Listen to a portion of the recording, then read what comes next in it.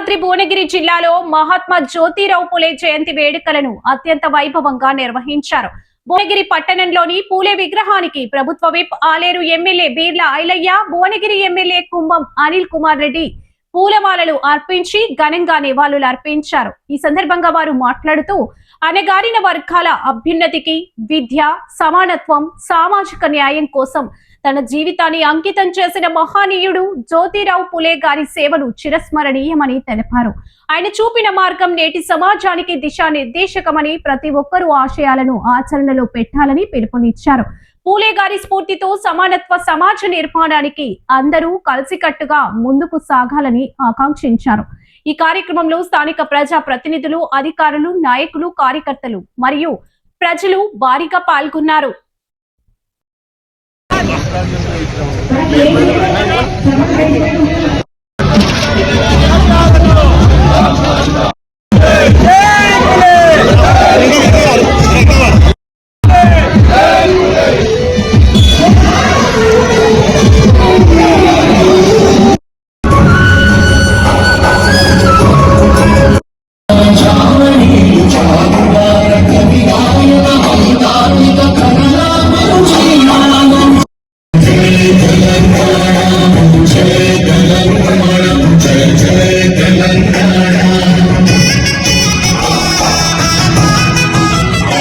చాలా సంతోషం.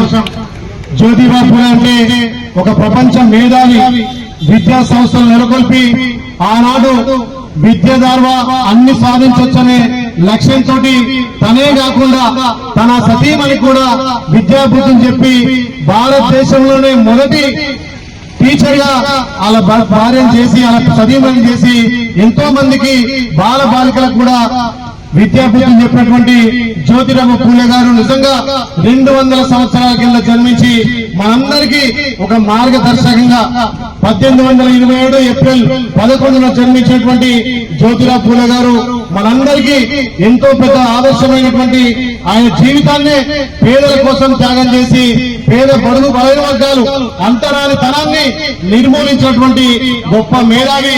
అలాంటి పెద్దలను, అలాంటి మహనీయుల్ని ఆదర్శంగా తీసుకొని మనందరం ముందుకు పోవాల్సిన అవసరం ఉంది. నిజంగా ఈ ప్రజా ప్రభుత్వం గౌరవ ముఖ్యమంత్రి రేవంత్ అన్న కూడా ఇలా విద్యార్థి పెద్దపీట వేసి విద్యా వైద్యాన్ని ముందుకు తీసుకుపోతున్నాడు.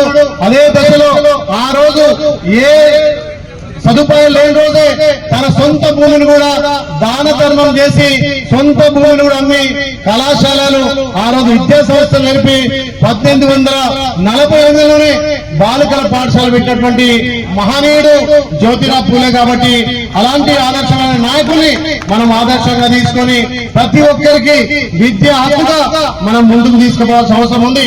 ఆ రోజు బాలికలంటేనే ఇంటి వంటింటి కుందేళ్లకుండే, కానీ ఈ రోజు బాలికలే ఇక్కడ 7 నుంచి 7 బస్ దాకా నడిపే సామర్థ్యం ఉన్నటువంటి బాల బాలికలను కూడా ఆ రోజు ముందుకు తెచ్చిన ఘనత.